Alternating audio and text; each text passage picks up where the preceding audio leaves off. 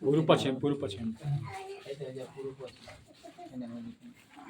उचका पण तिकडे बघा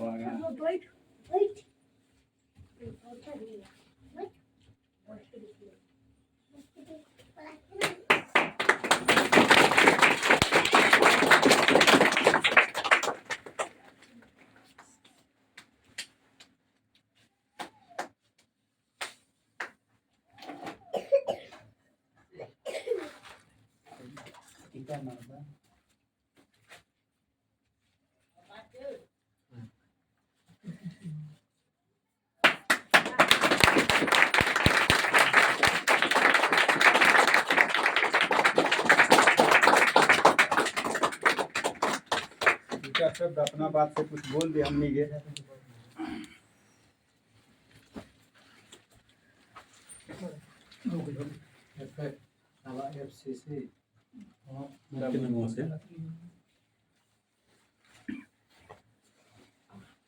सबसे पहले FCC दी गुरुकुल के निर्देशक एवं निर्देशक मदन जी एवं इसमें कार्यरत जिसको हम कहेंगे शिक्षा पद प्रदर्शक, उनको कोटि कोटि धन्यवाद है। और यह जो है संस्था है, सीखने की संस्था है, तो कोई भी काम सीखने से होता है, सीखने से ही कोई आगे बढ़ता है और सीखने से ही कुछ काम कर सकता है। कोई कुछ नहीं सीखता है, बिना सीखे कुछ संभव नहीं है। सीखना, देखिए आजकल का समय है या पहले का भी समय था, तो शिक्षा एक जो हमारे आय का एक स्रोत है। जब तक हमारे पास शिक्षा नहीं रहेगी तो हम किसी भी तरह का काम नहीं कर सकते। और शिक्षा है, जैसे इस समय ऑनलाइन का कार्य चल रहा है, और पहले काम था, आगे पहले के लोग करते थे, आगे कुछ दिनों के बाद किया हुआ काम देखते थे। लेकिन आज का ऑनलाइन का युग है, आगे काम अभी किया और अभी आप अपना काम देख सकते हैं। और यह जो है आय का स्रोत है, और इससे ही हम आगे बढ़ सकते हैं। और जिसके पास आय नहीं है, आमदनी नहीं है, कुछ नहीं है, तो ये आय और आमदनी ये कैसे आएगी? तो शिक्षा से आएगी, ज्ञान से आएगी। इसलिए ज्ञान जो है हमारा सबसे महत्वपूर्ण साधन है।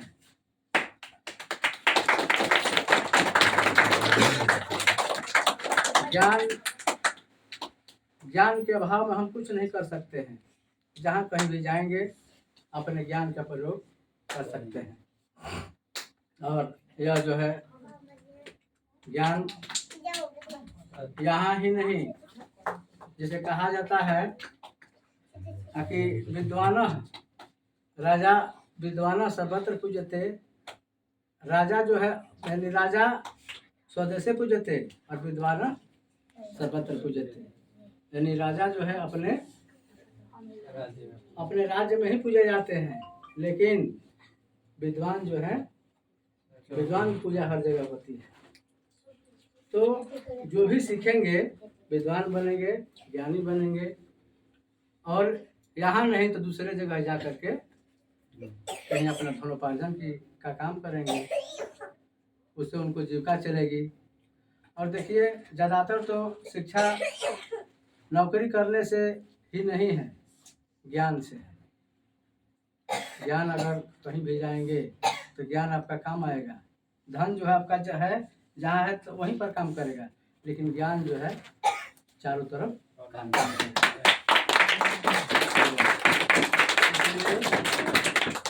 हम कहेंगे कि जो पढ़ने वाले हैं वे और पढ़ाने वाले वे देखिए, पढ़ने वाले भी सीखते हैं, पढ़ने वाले भी सीखते हैं और पढ़ाने वाले भी सीखते हैं, ठीक है ना।